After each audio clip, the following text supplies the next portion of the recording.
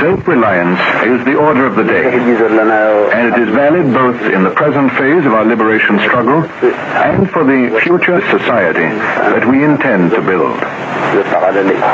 In saying this, we do not forget that during our war there will be much destruction. But already at this stage, the problem of construction of an economic structure is fundamental and cannot be postponed, as today's struggle is at the basis for our society of tomorrow.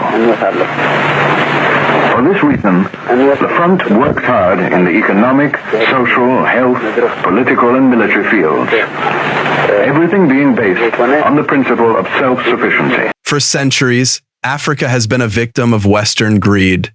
This video exposes the brutal tactics used to keep African nations weak and dependent.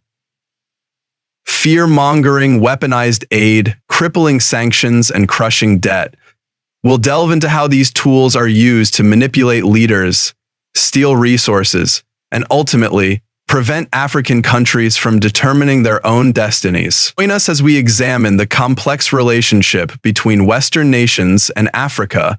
This video will analyze how tools like foreign aid, sanctions, and debt mechanisms are employed, often with unintended consequences, impacting African economies, political stability, and the ability of African nations to chart their own independent paths. Towards a great extent, the level of prosperity that has been achieved in former colonial powers is grounded in the robbery of Africa. This is known by many. Even the European experts themselves say, built on the grief and suffering of African people. This is to a significant extent, I am not saying entirely, but to a major extent, this was the key in the prosperity of colonizers. This is an obvious fact. Robbing, slavery, all of this has to be shown and taught, as this is a crucial part of world history. And to simply close the chapter on it is impossible and should not be done. In the same way how we will never forget what the Nazis did to our country and to the world. President Putin is welcomed. We know our friends. We know the people who liberated us. We know the people who support. The continent of Africa has tried several times to define herself in order to confront and engage. In the area of trade as early as 1980 under the Lagos Plan of Action, Africa took the view that in order to go forward, we must have a master plan of how we are going to have enhanced intra-African trade and intra-African engagement. Of course, the Lagos Plan of Action came a cropper, and in many ways, Africa Agenda 2063 is a rehash of the Lagos Plan of Action. In other words, Africa recognizes the need to define herself and to define her agenda. And I do not begrudge nations that define themselves and their agenda. Ronald Reagan once said it, and I agreed with him, that every nation does what is in her best interest. And I have no problem with that. The problem that we have is that at critical moments in African history, we have failed to seize the moment. You will remember in 1917 at the Champaran campaign, Mahatma Gandhi told Charlie Andrews, I do not want you to participate because at this point in time, the Indians must believe that they can do it themselves. In other words, there comes a time in the history of a nation when even friends of goodwill must be told, keep aside. We want to believe that we can do it, and your help must be surreptitious and subterranean if you are a person of goodwill. And the Champaran philosophy is what we must define for ourselves. In the year 2005, the former Prime Minister of Britain, Tony Blair, put together 17 individuals in what was then called our common interest. The report on the African Commission The Prime Minister, he was then the President of the European Union, from which Britain has now left, and he was also the President of the G8 at that time before the exclusion of Russia. They produced a report. Right now, when I see the Blair Institute moving around Africa, they are implementing exactly what was in that particular report, and I have a copy of it, not for the benefit of Africa, but for the benefit of the Institute. And what they have done is to sugarcoat it and camouflage it for the purpose of hoodwinking Africa and for the purposes of creating an environment which benefits foreign companies to the detriment of the continent of Africa. So that some of these engagements are anodinal. They simply lull us into a false sense of security. Do I blame them? No. That is why I agree that we must decolonize all learning. I don't know who said it this, that if you have that the happiness of the slave is the comfort of the slave owner.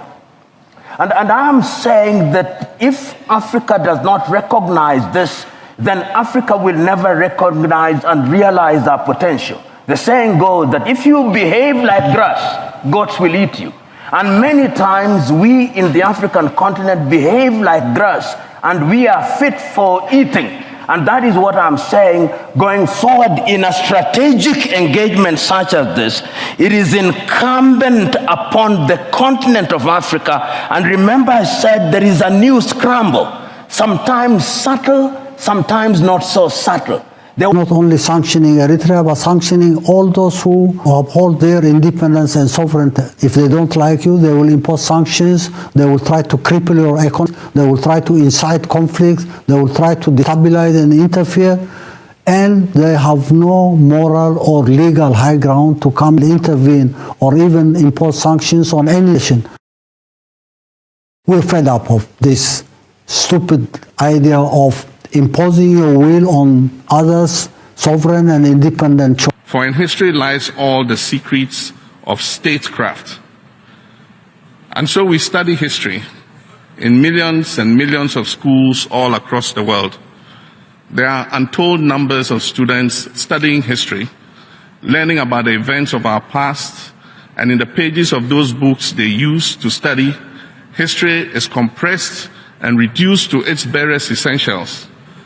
The enormity of a whole era is whittled down to mere paragraphs, with significant events carefully packaged into simple sentences. Nevertheless, within those pages are indeed the secrets of statecraft. Within those pages, we come to understand what our world once was and the process by which it evolved to become what the world is today. In those pages, we learn from the mistakes that were made. Mr. President, the world into which the United Nations was born 70 years ago seems like such a faraway reality. In 1945, the names that filled the newspapers were Auschwitz, Buchenwald, Hiroshima, Nagasaki, Dresden, and even the Red Army. In 1945, Ecuador declared war on Germany and Japan.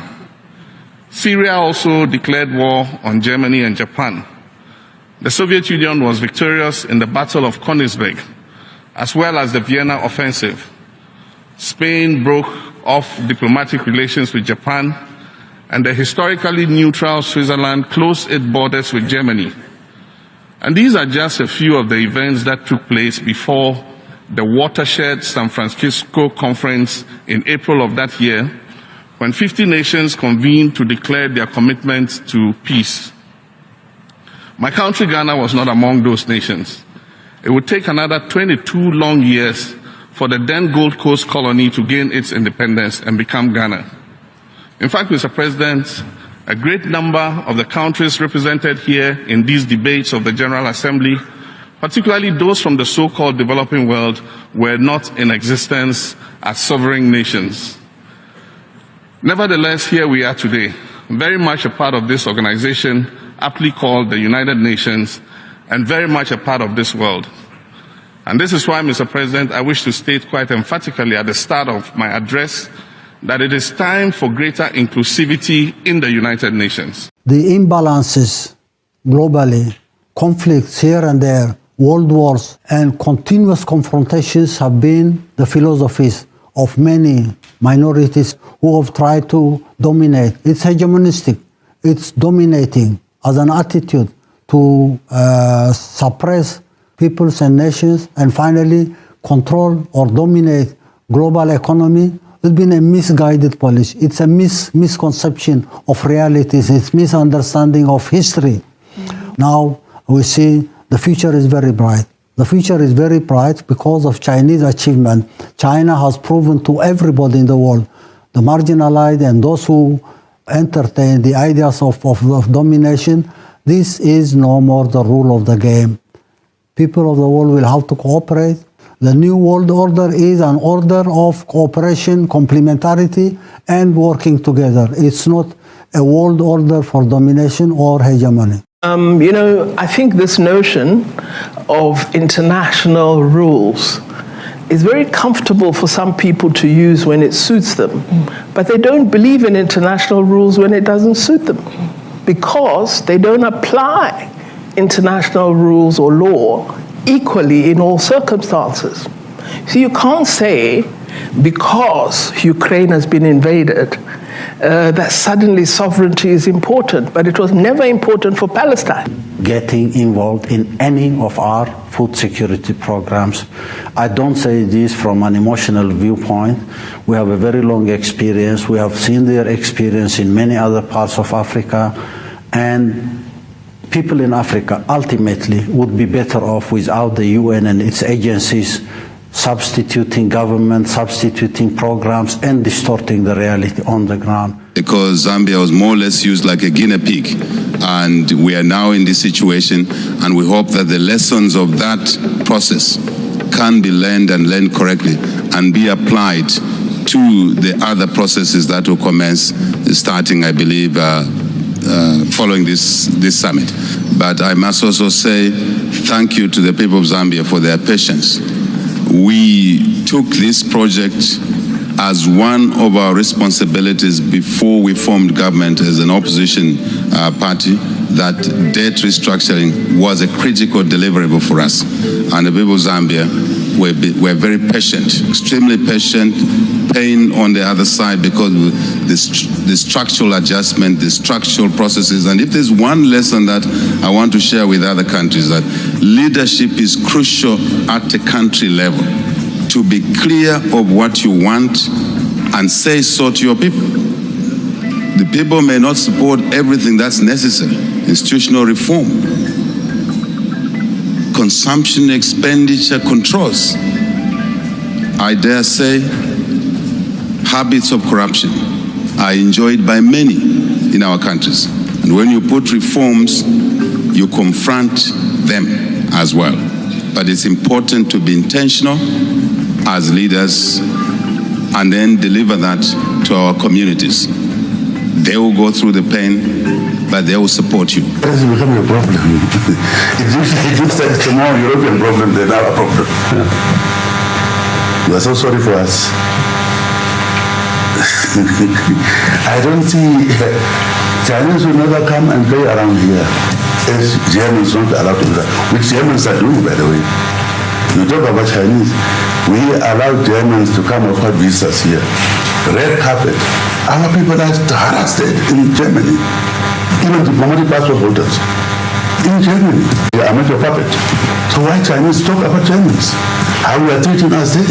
Chinese don't treat us like that. They want to make a case by distorting facts.